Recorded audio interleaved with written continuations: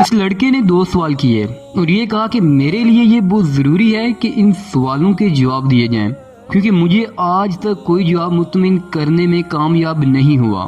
میں لا مذہب ہوں، یا پھر آپ مجھے اگنوسٹک سمجھیں۔ دوستو، اگنوسٹک وہ ہوتا ہے جو خدا یا کائنات کی ابتدا میں علم رکھنے سے انکار کرتا ہے۔ اس نے کہا کہ خدا نے اس پوری کائنات کو تخلیق کیا ہے، اور قرآن میں اس کے بارے میں بار بار بتایا بھی گیا ہے کہ دنیا کس طرح وجود میں آئی، اور یہ زندگی ایک ٹیسٹ ہے۔ میرا سوال یہ ہے کہ خدا کو دنیا بنانے سے پہلے، انسانوں کو بنانے سے پہلے، حضرت آدم علیہ السلام اور حضرت محمد صلی اللہ علیہ وسلم کو بھیجنے سے پہلے، اور یہ ساری چیزیں کرنے سے پہلے وہ جانتا تھا کہ اس کا آخری نتیجہ کیا ہوگا۔ وہ جانتا تھا کہ قیامت والے دن وہ کچھ لوگوں سے مایوس ہوگا اور پھر وہ ان کو دوزخ میں ڈالے گا۔ وہ جانتا تھا کہ وہ انسان جلیں گے آگ میں۔ خدا جانتا تھا کہ وہ ان لوگوں کو اذیت دے گا جو انہوں نے دنیا میں کیا ہوگا۔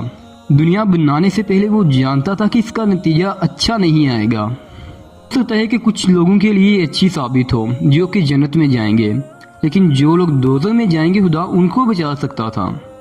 اگر میں سوال اس انداز سے پوچھوں کہ خدا اتنا ظالم کس طرح ہو سکتا ہے؟ اس کو پتا تھا کہ میں اتنے لوگوں کو آخرت میں جلاؤں گا، مگر پھر بھی اس نے دنیا کیوں بنائی؟ خدا قرآن میں اصرار کیوں کرتا ہے کہ پہاڑوں کو دیکھو، دریاؤں کو دیکھو، آسمان کو دیکھو، زمین کو دیکھو، میری تخلیق کردہ چیزیں کتنی حیرت انگیز ہیں؟ کیوں خدا ہمیں فورس کر رہا ہے کہ دیکھو میری تخلیق کردہ چیزیں کتنی حیرت انگیز ہیں، جبکہ خدا کے لیے یہ کوئی مشکل کام نہیں ہے۔ اس کو تو صرف کن کہنا پڑتا ہے اور یہ سب چیزیں ہو جاتی ہیں۔ اور مجھے ان سب چیزوں کو دیکھ کر حیرت انگیز نہیں ہونا چاہیے۔ خدا اس سے اچھی چیزیں بھی بنا سکتا تھا، کیونکہ اس کے لیے تو کچھ بھی ناممکن نہیں تھا۔ اس پر ذاکر نائک نے کہا کہ بھائی نے بہت اچھا اور انٹلیکچوئل کویسچن کیا ہے، اور اس نے میری کچھ ویڈیوز دیکھی ہوئی ہیں جو کہ لا مذہب لوگوں پر ہیں، لیکن یہ سوال ان کو پریشان کر رہا تھا کیونکہ ان بھائی صاحب کو اس سوال کا جواب نہیں مل رہا تھا۔ اس پر ڈاکٹر ذاکر نائک نے اس کے سوال کو دہرایا اور جواب دیتے ہوئے کہا کہ فرض کرو کہ میں نے ایک اسکول بنایا ہے، اور تم نے شاید سنا ہو اسلامک انٹرنیشنل اسکول کے بارے میں۔ اگر ٹیچر امتحان لیتا ہے اور اگر وہ ایماندار بھی ہے، جب وہ امتحان لیتا ہے اور وہ کویسچن پیپر میں یہ دیتا ہے کہ 2+2 = how much، اب اسٹوڈنٹ ٹیچر کے سامنے اس کے جواب میں لکھتا ہے 5، 2+2 = 5، لیکن ٹیچر اس کو بتا سکتا ہے کہ اس کا جواب 4 ہے۔ لیکن کیا یہ انصاف ہوگا کہ ٹیچر امتحان کے دوران بچے کو صحیح جواب بتائے جو کہ وہ غلط لکھ رہا ہو؟ اس پر وہ لڑکا کہتا ہے کہ خدا تو کسی چیز کا پابند نہیں ہے، وہ انسان کو پرفیکٹ کامل بنا سکتا تھا۔ اس پر ڈاکٹر ذاکر نائک نے کہا ایسا تو خدا پہلے ہی کر چکا ہے، فرشتوں کو بنا کر۔ اللہ فرشتوں کو بنا چکا ہے جو کہ اس کے حکم کے خلاف نہیں جا سکتے، لیکن انسان فرشتوں سے بھی اچھی تخلیق ہے۔ فرشتوں کے پاس کوئی مرضی نہیں ہے، فرشتے اللہ کی بنائی ہوئی مخلوق ہیں، لیکن سب سے اچھی تخلیق نہیں ہے۔ اللہ نے انسانوں کو بنایا اور انہیں اختیار دیا کہ انہیں اللہ کے راستے پر چلنا ہے یا اس کے خلاف۔ اگر تم انسان ہو اور تم اللہ کے احکام کو مانتے ہو تو تم فرشتوں سے بھی اعلیٰ ہو جاؤ گے، لیکن اگر تم احکامات کی نافرمانی کرو گے تو پھر جہنم تمہارا ٹھکانہ ہو جائے گا۔ اللہ پاک قرآن میں سورۃ حشر میں فرماتا ہے، چیپٹر نمبر 59 ورس نمبر 21، اگر اللہ تعالیٰ قرآن پہاڑوں پر نازل کرتا تو پہاڑ تباہ ہو جاتے۔